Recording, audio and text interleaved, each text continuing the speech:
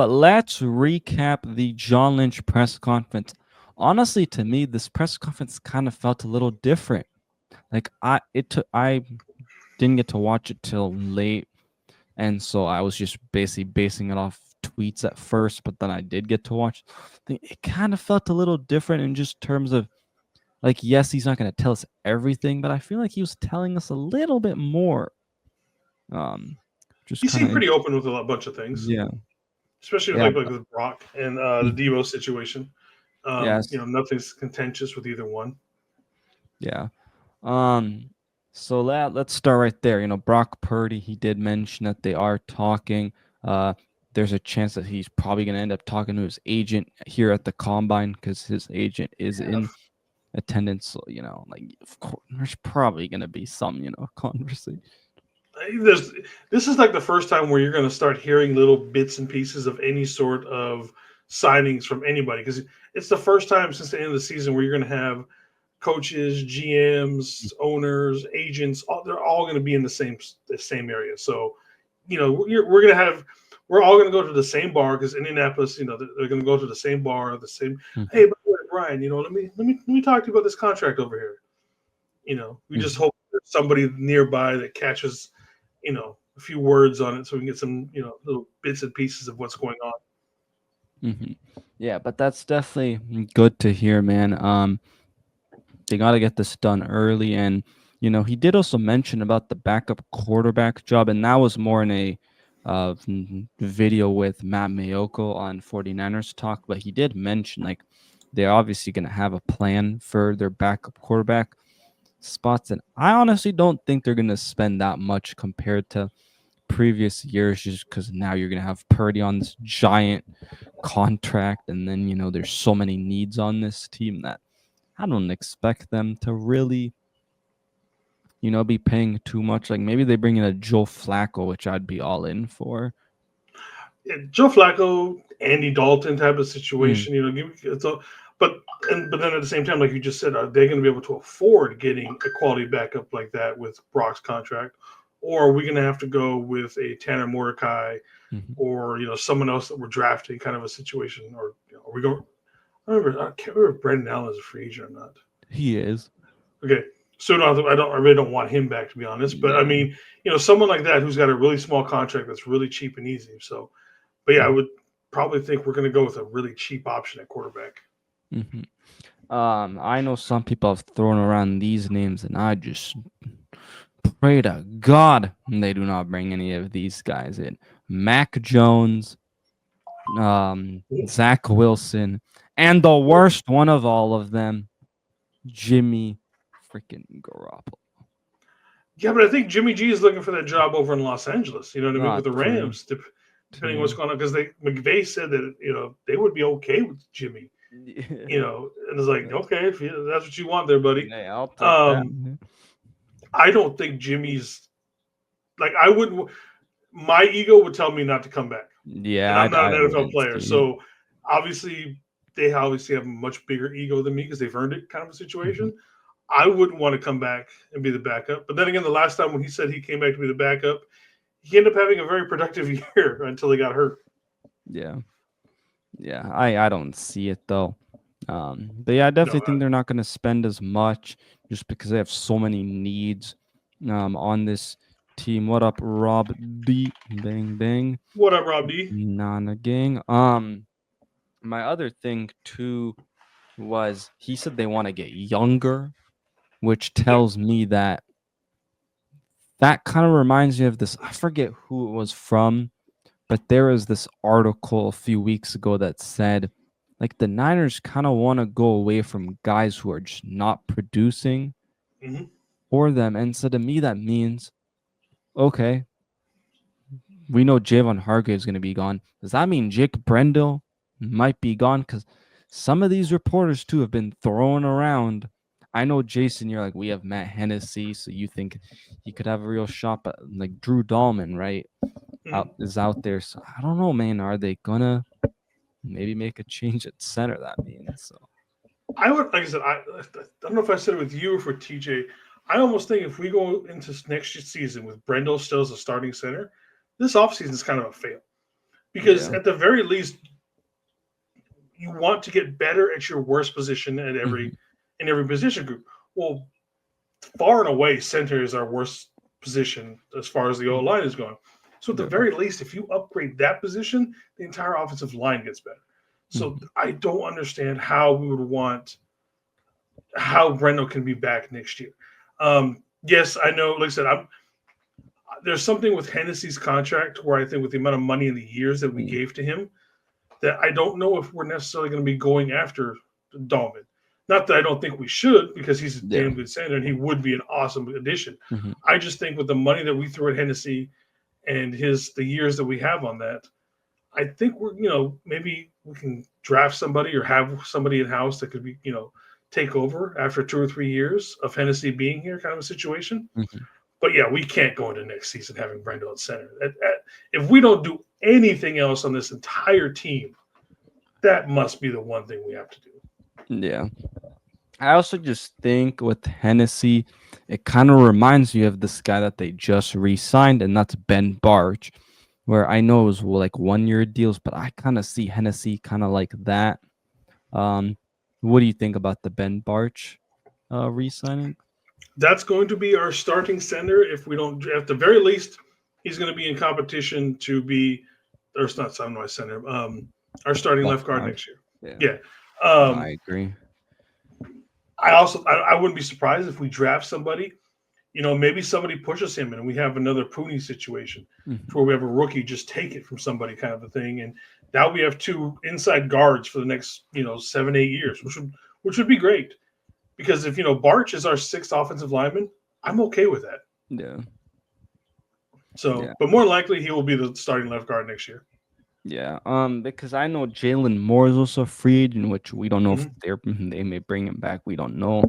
Um, I'm sure probably some teams will be interested in him after how he did this year, but I think, For yeah. sure. I mean, I'm fine with the re-signing. It's pretty low cost.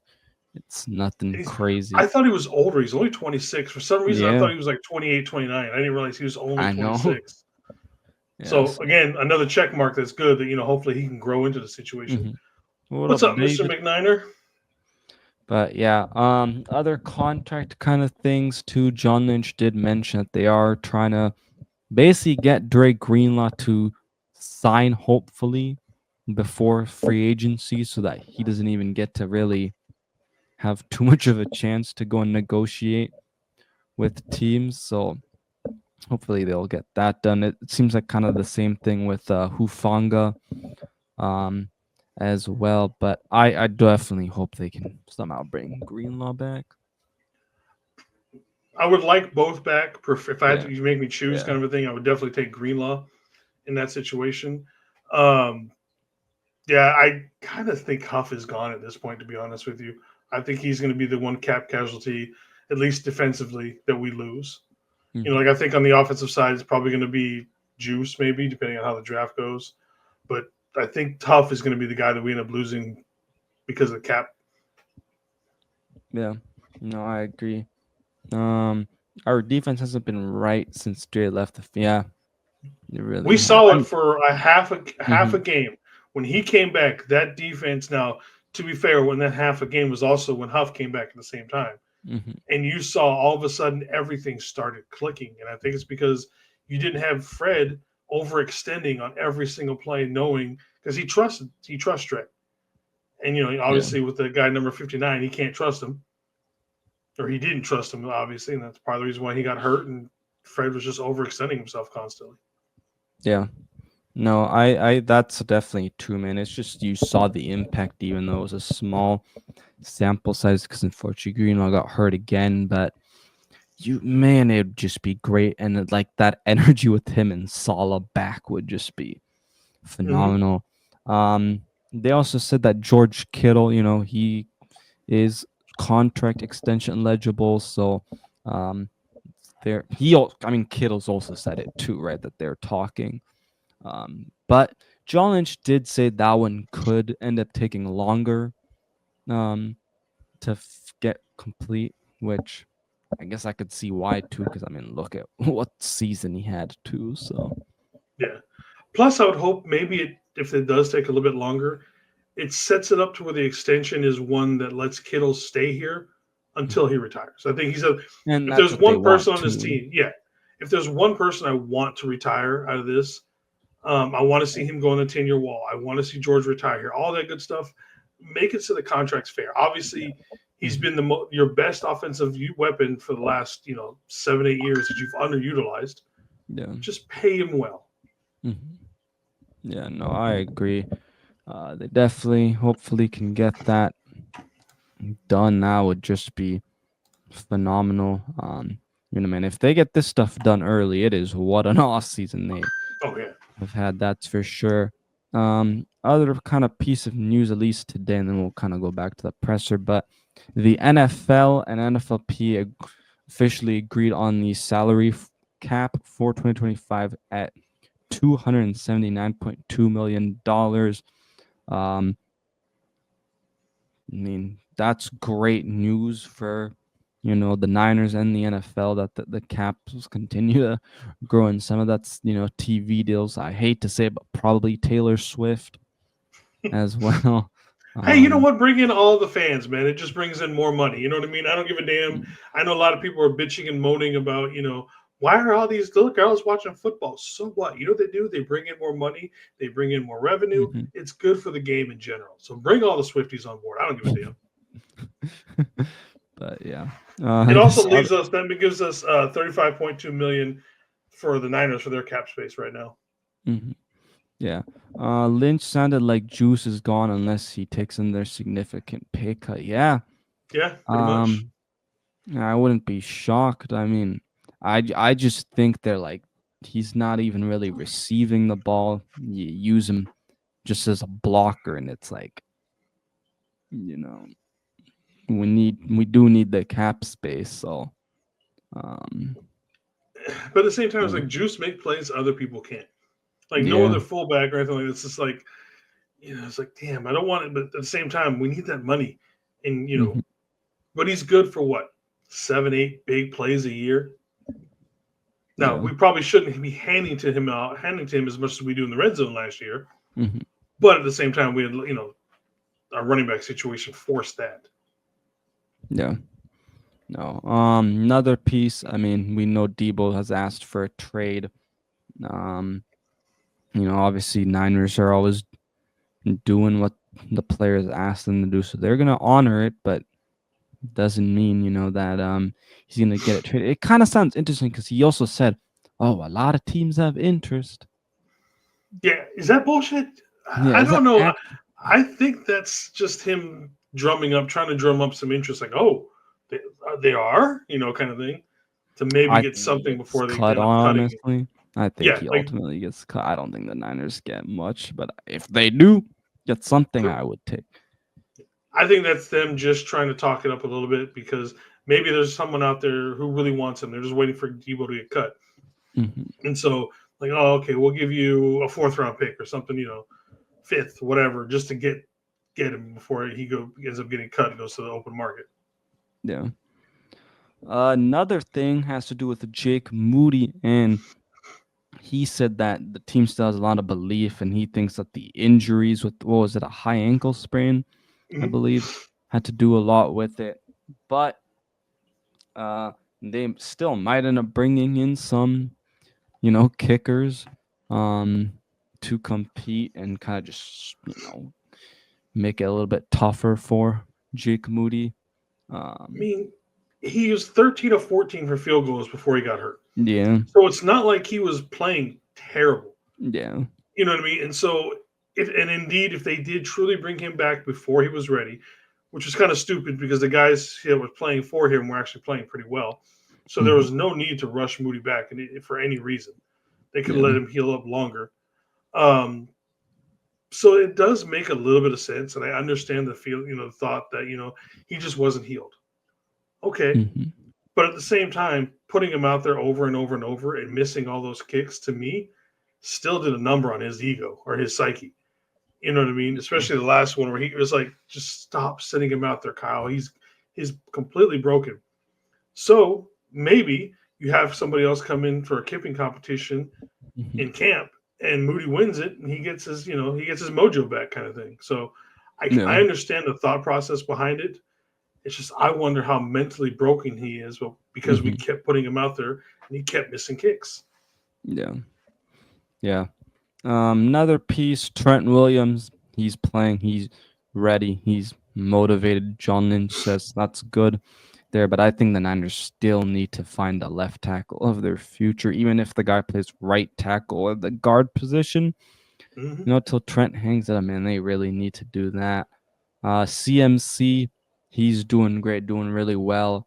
He should be able to take part in, seems like, parts of the Some off, of yeah, yeah, some of the training off-season programs. So at least that's you know good news. At least like it's better than him not taking you know part in it all. But let me know when he's 100% ready to go. That's the way I yeah, see it.